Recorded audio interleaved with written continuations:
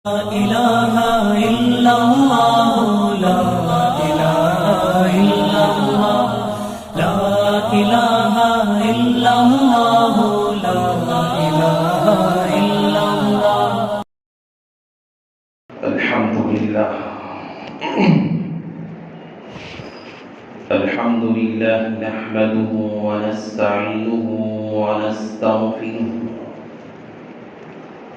ونؤمن به ونتوكل عليه ونعوذ بالله من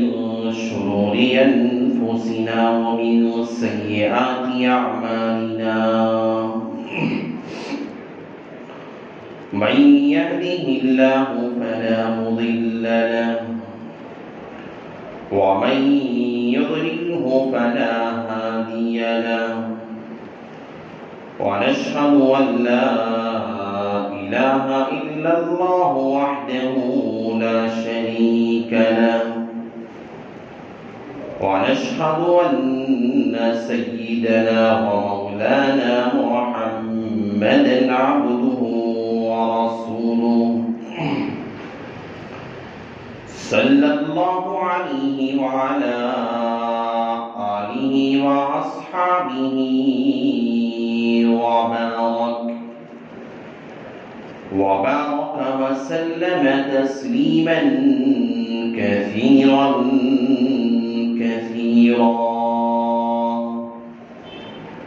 أما بعد فأعوذ بالله من الشيطان الرجيم بسم الله الرحمن الرحيم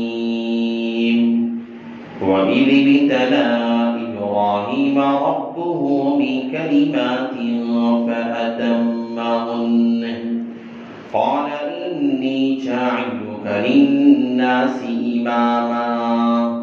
قال ومن ذريتي قال لا ينال عهد الظالمين وقال تعالى في موضع آخر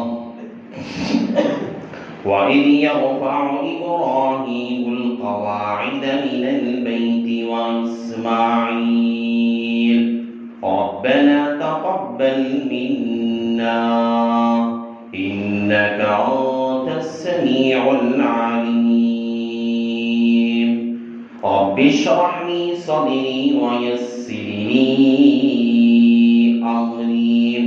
واحلل عقدة من لساني يفقهوا قولي اللهم صل على سيدنا مولانا محمد في أول كلامنا اللهم صل على سيدنا مولانا محمد في أوسط كلامنا اللهم صل على سيدنا مولانا محمد في آخر كلامنا.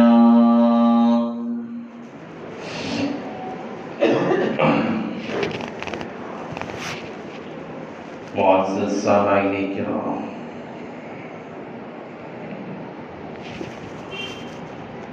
میرے غیور مسلمان بھائیوں،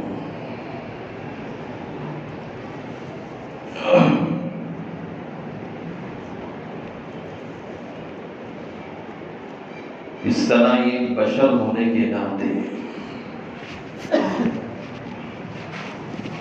ایک انسان ہونے کے ناطے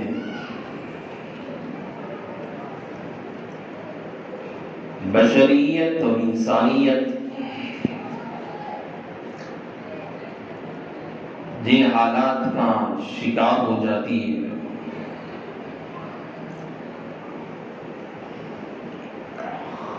جس طرح ایک انسان اور ایک بشر حالات سے دوچار ہونا پڑتا ہے، حالات کے تھپیڑے کھانے پڑتے ہیں، کبھی مصیبتوں میں، کبھی پریشانیوں میں، کبھی امتحانات کی چکی میں پیسا جانا پڑتا ہے،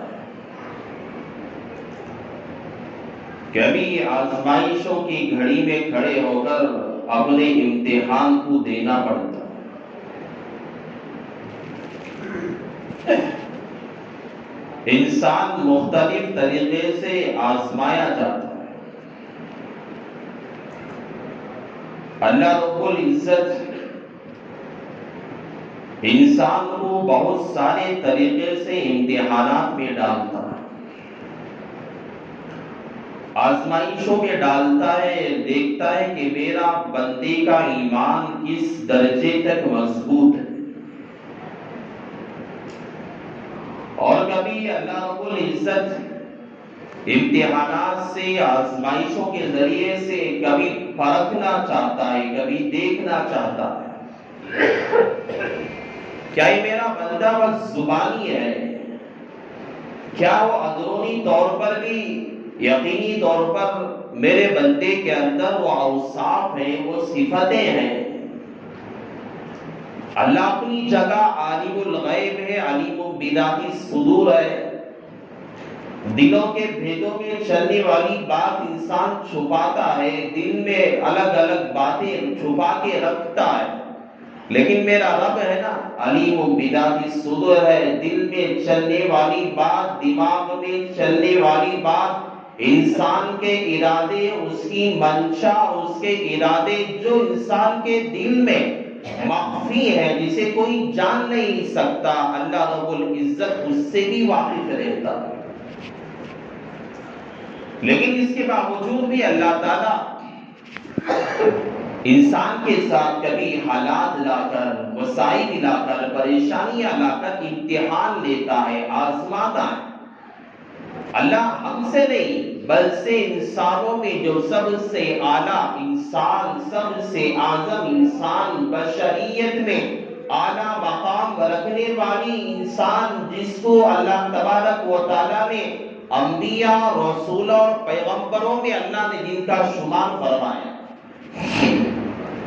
اللہ نے ہماری تمہاری مثال تو دور کی بات، ہم گنہگار ہیں، خطا کار ہیں، نافرمان ہیں، ہماری صبح گناہوں میں گزر رہی ہے، شام گناہوں میں گزر رہی ہے، ہمارے ارادے گناہوں میں ہیں اور ہمارے مقاصد گناہوں میں ہیں، ہماری بنیادیں گناہوں میں گزر رہی ہیں۔ اللہ ہم جیسے تو نہیں، بلکہ اللہ تعالیٰ نے جو بشریت میں اعلیٰ اور اعظم مقام رکھنے والی، انسانیت میں اعلیٰ اور رتبہ رکھنے والی، انسانیت میں حضرات انبیاء علی نبینا علیہ الصلوۃ والسلام جیسے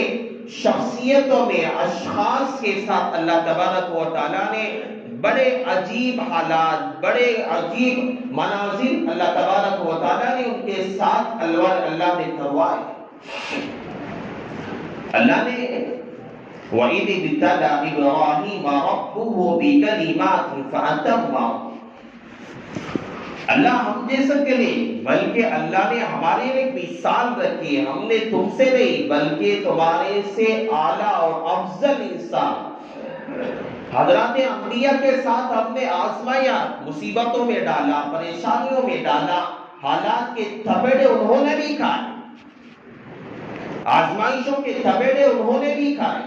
پریشانیاں تمہارے ساتھ نہیں بلکہ انبیاء جیسے اشخاص اور شخصیتوں کے ساتھ، جس کا مقام اور مرتبہ انسانیت میں سب سے اعلیٰ ہے اور اعظم مرتبہ ہے، ہم نے ان کے ساتھ بھی ایسے کیا۔ میں نے جو تذکرہ آپ کے سامنے حضرت ابراہیم خلیل اللہ علی نبینا علیہ الصلوۃ والسلام کا میں نے آپ کے سامنے کیا، حضرت ابراہیم خلیل اللہ تبارک و تعالیٰ نے چند امتحانات میں ڈالا۔ مفسرین نے لکھتے ہیں، حضرت الشفیع صاحب رحمت اللہ علیہ اپنی تفسیر معرف القرآن میں حضرت نے بڑی عجیب باتیں لکھی ہیں۔ وَإِذِ ابْتَلَىٰ إِبْرَاهِيمَ رَبُّهُ بِكَلِمَاتٍ فَأَتَمَّهُنَّ۔ اللہ تعالیٰ نے، حضرت شفیع صاحب نے اس آیت کے ذیل میں لکھا ہے کہ اللہ تعالیٰ نے حضرت ابراہیم خلیل اللہ علی نبینا علیہ الصلوۃ والسلام پر جو حالات، آزمائشیں، امتحانات پہ ڈالا، اللہ اپنی جگہ جانتا تھا، لیکن اللہ تعالیٰ انسانیت کو سمجھانا بھی چاہتا تھا کہ انسان پر کبھی حالات مشکل آنے کے بعد، اللہ تعالیٰ آزمانے کے بعد، اللہ بندوں کو کبھی جب بندہ ان امتحانات میں کامیاب ہو جاتا ہے، اللہ تعالیٰ اس کے بدلے میں کبھی بندے کو اللہ نواز بھی دیتا ہے۔ حضرت ابراہیم خلیل اللہ کے بارے میں جو باتیں، انہوں نے اپنے بچے کو لے جا کر جنگل میں بیابان علاقے میں چھوڑ دیا۔ اللہ تعالیٰ نے وہاں ان کے ذریعے سے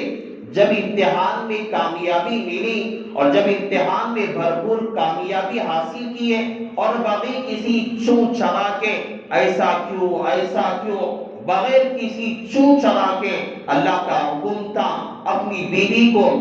اور اپنے بچے کو جو 80 سال کے بعد اولاد ہوئی تھی لے جا کر جنگل میں بیابان میں چھوڑ دیا، اور سوچا میرے رب کا حکم ہے، اس میں میری کوئی رائے نہیں چلے گی، میں اس کے اندر دخل اندازی نہیں کروں گا، میرے رب کا حکم ہے، میرے رب کے لیے میری بیوی بھی قربان ہے، میرے بچے بھی قربان ہیں، میری ہر چیز میرے رب کے سامنے اور میری رب کی محبت میں ہر چیز میں قربان کرنے کے لیے تیار ہوں۔ اللہ نے جب یہ آزمائے امتحانات میں ڈالا، بھرپور کامیاب ہوئے، چھوڑ کے آئے، پریشانی اٹھائی بیوی بچوں نے، اللہ تعالیٰ نے انعام کے طور پر دنیا تا قیامت تک انسانیت آتی رہے گی، جب بھی آب زمزم کا تذکرہ کیا جائے گا، الماء لما شرب له، جہاں آب زمزم جس مقصد کے لیے پیا جاتا ہے وہ مقصد انسان کو حاصل ہو جاتا ہے، پورا ہو جاتا ہے۔ جب بھی مائے زمزم کا تذکرہ، عمرے کو جانے والا، حج پہ جانے والا عمری اور حج پہ جانے والا حاجی اور جو بھی وہاں جائے گا، جو پوری دنیا پہ یہ پانی پھیل رہا ہے، لوگ اسے سیراب ہو رہے ہیں اور اسے استفادہ حاصل کر رہے ہیں، جہاں بھی اس پانی کا تذکرہ ہوتا ہے، حضرت ابراہیم خلیل اللہ کے امتحان کا بھی وہاں تذکرہ کیا جاتا ہے۔ وجہ یہ ہے کہ انہوں نے قربانی دی، وہاں امتحانات میں اللہ کیا، اپنی بیوی کو قربان کیا، بچے کو قربان کیا، بتایا کہ خدا کی محبت کے نزدیک دنیا کی کوئی چیز اس کے نزدیک کوئی حیثیت نہیں رکھا کرتی۔ حضرت ابراہیم خلیل اللہ چند دن گزرے، جو میں آپ کو بتانا چاہتا تھا، مکے میں جو آبادی ہے، اتنی بڑی آبادی ہے، کیسے آباد ہوئے؟ جب آب زمزم کا چشمہ جاری ہوا، جب بہنے لگا، حضرت حاجرہ رضی اللہ تعالیٰ عنہ نے اس کر بیٹھ کے اس کے لیے جو ہے مٹی ڈال کر اسے باندھ دیا، اور ایک قبیلہ یمن سے آیا ہوا تھا، یمن میں اس وقت قحط پڑا ہوا تھا، لوگ پانی کی وجہ سے پریشان تھے، کھانے سے پریشان تھے، برسات نہ ہونے کی وجہ سے لوگ بہت زیادہ پریشان تھے، یمن کے علاقے کے لوگ۔ پہلے زمانے میں جہاں پانی ملتا لوگ وہاں اپنا قیام بنا لیتے، ڈیرے لگا لیتے، وہاں جو ہے رہنے کی زندگی بود و باش اختیار کر لیا کرتے۔ ایسے ہی ہوا، یمن سے کوئی قبیلہ گزر رہا اور اس وقت جو مکہ کی سرزمین ہے وہاں سے گزرنے لگا، اور لوگ پریشان تھے، یمن سے نکلے تھے کہ کہیں جگہ ملے، کہیں پانی مل جائے، کہیں ہمیں رہنے کے لیے اچھی جگہ میسر ہو جائے، ہم وہاں اپنی زندگی بسر کر لیں۔ وہ جب قبیلہ یمن سے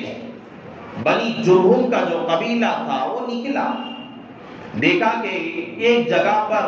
پرندے اطراف میں گھوم رہے ہیں۔ قبیلے کے لوگوں نے سوچا جب یہاں پرندے گھوم رہے ہیں، یہ سنگلاخ وادی ہے، یہاں دور دور تک کوئی جانور نظر نہیں آ رہا، پانی کا نام و نشان نہیں ہے، ہم یمن سے سفر کر کے آئے، ہمیں کہیں پانی نہیں ملا، ہمیں رہنے کے لیے صحیح ٹھکانہ نہیں ملا، ایسا لگتا ہے جو پرندے اڑ رہے ہیں، ایسا لگتا ہے وہاں کوئی کھانے کی چیز ہے، کوئی اچھی جگہ ہے جس کے وجہ سے وہ جاندار چیزیں وہاں گھوم رہے ہیں، ورنہ ان کا کیا کام ہوتا، وہاں اڑا کرتے، وہاں گھوما کرتے۔ ایک دو آدمی کو طے کیا کہ جاؤ دیکھ کر آؤ، کیا ہے وہاں کھانے کے لیے، کچھ تو ہے کیا، کوئی انتظام تو ہے، کوئی چیز تو ہے۔ چند لوگ گئے، جا کر دیکھا کہ ایک عورت بیٹھی ہوئی ہے، ساتھ میں ایک بچہ ہے۔ ان سے بات کیا، حضرت حاجرہ تھی وہ، ان سے بات کیا کہ ہم یہاں رہنا چاہتے ہیں، قیام کرنا چاہتے ہیں، ہمارے یہاں جب ہم یمن کے اندر قحط پڑا ہوا ہے، لوگ بھوک سے مر رہے ہیں، پیاس سے مر رہے ہیں، لوگوں کو کھانے کے لیے کھانا میسر نہیں ہے، ہم فاقوں پہ فاقے اٹھا کے ہم آئے ہوئے، ہم چاہتے ہیں کہ یہاں پانی بہترین سا بہترین پانی کا چشمہ نکلا ہوا ہے، ہم یہاں ٹہرنا چاہتے ہیں، اگر آپ اجازت دیں گی تو ہم یہاں چند لوگ ہیں یا ہم رہ کر اپنی زندگی گزار لیں۔ حضرت عابدہ نے کہا ہاں آپ رہ سکتے ہیں، لیکن جو یہ چشمہ ہے، یہ جو پانی کا چشمہ یعنی آب زمزم کا جو چشمہ ہے، اس پہ تمہارا قبضہ نہیں ہوگا، بلکہ اس پہ قبضہ میرا ہی رہے گا، اور آگے چل کر تم قبیلے والے لوگ یہ نہیں کہہ سکتے کہ یہ ہمارا چشمہ ہے، بلکہ یہ چشمہ، یہ پانی جو جاری ہونے والا ہے، اس پر میرا حکم چلے گا اور میرا قبضہ رہے گا۔ قبیلے کے لوگ جا کر اپنے دوستوں کو، اپنے خاندان اور قبیلے کے لوگوں کو سنائے، تیار ہو گئے رہنے کے لیے، انہیں ٹھکانہ مل جائے بس۔ آئے وہاں حضرت ابراہیم خلیل اللہ کے بیٹے حضرت اسماعیل کی جگہ جہاں پانی کا چشمہ جاری ہوا تھا، وہاں قبیلے جرہم کے لوگ وہاں قیام پذیر ہو گئے، رہنے لگے، اور لوگ بڑھتے گئے۔ اسی وقت سے جو سب سے پہلا قبیلہ قبیلے جرہم کا جو قبیلہ تھا، انہوں نے سب سے پہلے حضرت حاجرہ اور حضرت اسماعیل ذبیح اللہ کے قیام کے بعد جو سب سے پہلا قبیلہ یمن سے آیا ہوا تھا، وہ یمنی قبیلہ جو فاقہ کی وجہ سے بھوک اور پیاس کو برداشت نہ کرتے ہوئے پانی کو ڈھونڈتے ہوئے آیا تھا۔ میرے بھائی، یہ اللہ کا نظام تھا۔ اللہ تعالیٰ مکہ کی سرزمین پر اور کعبۃ اللہ کی سرزمین پر اللہ ایک بڑی آبادی کو لانا چاہتا تھا، دنیا کو دکھانا چاہتا تھا، اور کعبۃ اللہ کے طواف کرنے کے لاکھوں لوگوں کی تعداد کو اللہ دکھانا چاہتا تھا۔ اللہ ایک نظام بتانا چاہتا تھا۔ دنیا کا کی کوئی جگہ ایسی نہیں ہے، دنیا کا کوئی مقام ایسا نہیں ہے جہاں کوئی دوسرے مذہب والا نہ جا سکتا ہو، جہاں کسی دوسرے مذہب والی کی انٹری نہ ہو، چاہے سکھ کا علاقہ ہو، چاہے برہمن کا علاقہ ہو، چاہے بت پرستوں کا علاقہ ہو، چاہے وہ ستارہ پرستوں کا علاقہ ہو، چاہے گائے ماتا کا پیشاب پینے والے خبیثوں کا علاقہ ہو، چاہے کوئی بھی علاقہ کیوں نہ ہو جائے، چاہے کوئی مندر ہو جائے، چاہے کوئی بت خانہ ہو جائے، کوئی معبد خانہ ہو جائے، کا ایسی جگہ نہیں ہے جہاں کسی دوسرے انسان کو جانے کی اجازت نہ ملتی ہو، لیکن میرے رب نے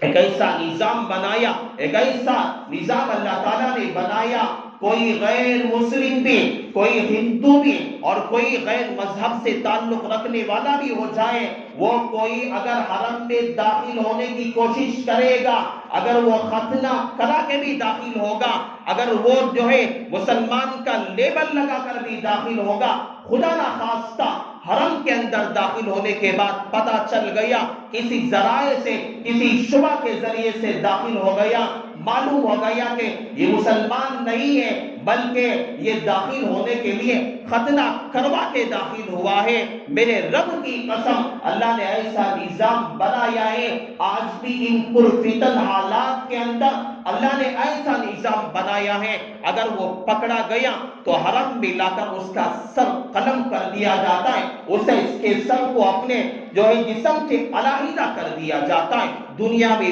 کوئی جگہ ایسی نہیں ہے، دنیا میں کوئی مقام ایسا نہیں ہے جو کوئی غیر مذہب والا داخل ہو اسے ایسی سزا دی جائے، لیکن میرے رب نے کعبۃ اللہ کی سرزمین پر حرم مکی کے اندر اللہ نے ایسا نظام بنوایا ہے کہ کوئی دوسرا مائی کا لال داخل نہیں ہو سکتا۔ اللہ نظام بنانا چاہتا تھا، اللہ نے یمن میں قحط ڈالا، برسات بند کر دیا، بھوک سے مارا، پیاس سے مارا، لوگ نکل کے آئے، کب وہاں سرزمین مکہ میں دیکھا کہ وہاں پانی ملا، وہ لوگ آباد ہونے لگے، یہ علاقہ آباد ہوا، لوگ یہ ہے ایک کے بعد دیگر ہے، ایک کے بعد دیگر ہے. یہ قبیلے جرہم کے لوگ یمن سے آئے، یمن سے آتے رہے، وہاں آباد ہوتے رہے. یہ آباد ویسے ہی ہوتا گیا. جو آج آبادی ہے یہ سب سے پہلے آباد کرنے والے حضرت حاجرہ رضی اللہ عنہا اور حضرت اسماعیل ذبیح اللہ، اور سب سے پہلا قبیلہ جو آباد ہوا وہ قبیلے جرہم کا قبیلہ یمن سے آیا ہوا تھا، جس کی وجہ سے آج مکہ کی سرزمین پر اتنی بڑی آبادی ہے. اور حضرت ابراہیم خلیل اللہ کے ساتھ اللہ نے اور آزمائشیں لینی تھی. اللہ تعالیٰ نے جو آزمائشیں لینی تھی آنے والی جمعہ میں اس کا تذکرہ کروں گا، لیکن اللہ تعالیٰ میں نے کہا یہ امت کے پرفتن حالات ہیں، ان حالات میں انسان کو بہت سہ کر چلنا چاہیے. دیکھیے حالات کیسے کیسے آ رہے ہیں مسلمانوں پر. گائے ماتا کا مسئلہ ہے، گوشت بند کرنے کا مسئلہ ہے، یلناسی کا اختیار کا مسئلہ ہمارے یہاں آیا. دیکھیے مسلمانوں میں صاف طور پہ میں نے اس سے پہلے بھی یہ بات کہا تھا، میں آپ بھی یہ بات کہتا ہوں.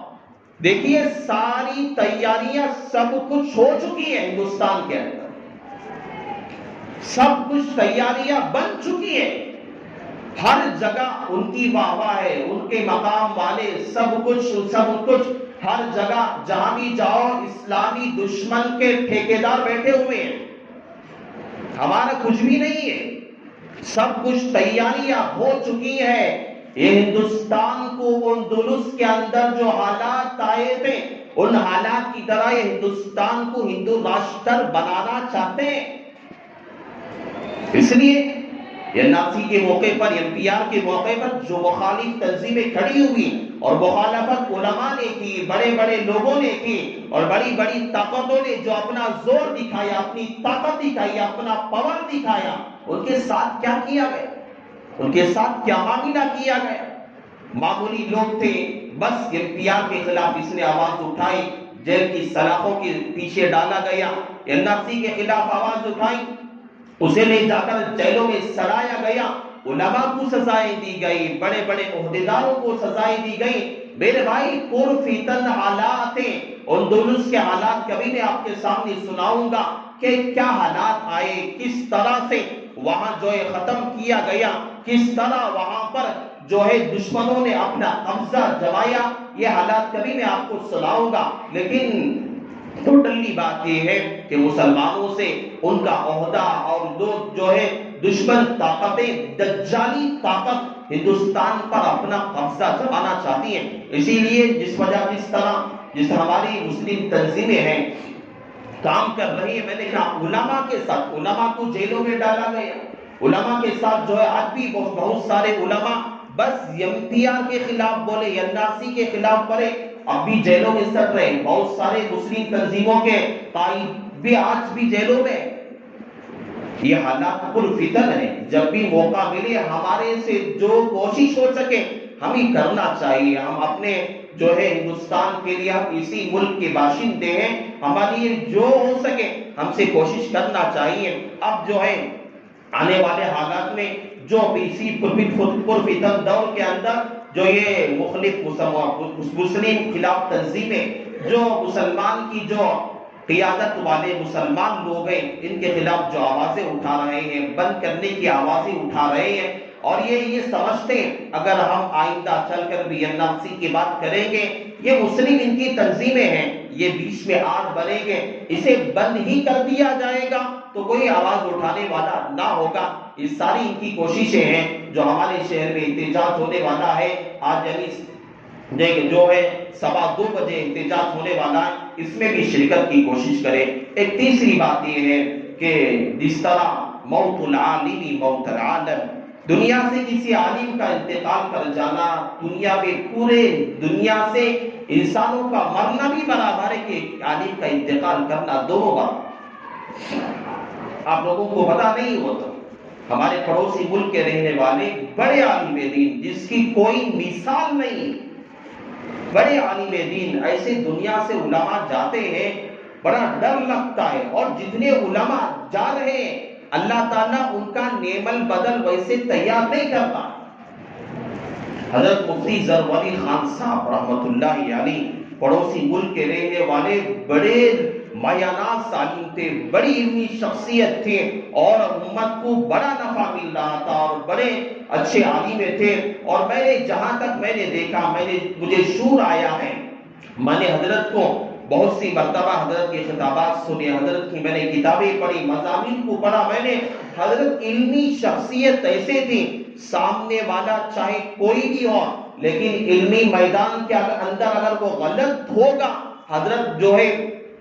بے ٹوک جواب دیا کرتے تھے، بڑی علمی شخصیت تھے۔ ابھی 2-3 دن پہلے حضرت کا انتقال ہو گیا، یہ بڑے علماء میں سے ہیں۔ ہمیں دعا یہ کرنا چاہیے، یہ بزرگان دین ہیں، یہ اللہ والے لوگ ہیں جن کی تہجدیں نہیں چھوٹتی اور جن کے اوابین نہیں چھوٹا کرتے، یہ بڑے مخلص لوگ ہوتے ہیں، اللہ والے لوگ ہوتے ہیں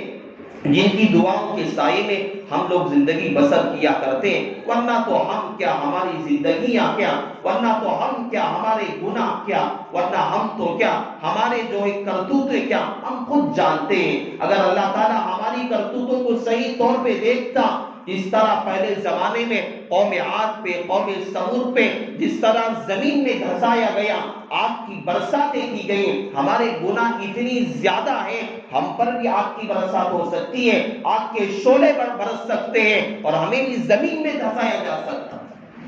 اتنے بڑے ہمارے گناہ، ہماری زندگیاں جو گزر رہی ہے، صحیح طور پر ہم جیسے ناکاروں کی طرح نہیں، بلکہ جو نیک مخلص علماء میں سے، اتقیاء میں سے، بزرگان دین میں سے جو دعائیں کر رہی ہیں، جو راتوں میں جن کا رونا ہے، امت کے لیے مانگنا ہے، واقعتاً ان کی ہی وجہ سے آج امت پہ اللہ کا کرم ہے، ان کا فضل ہے۔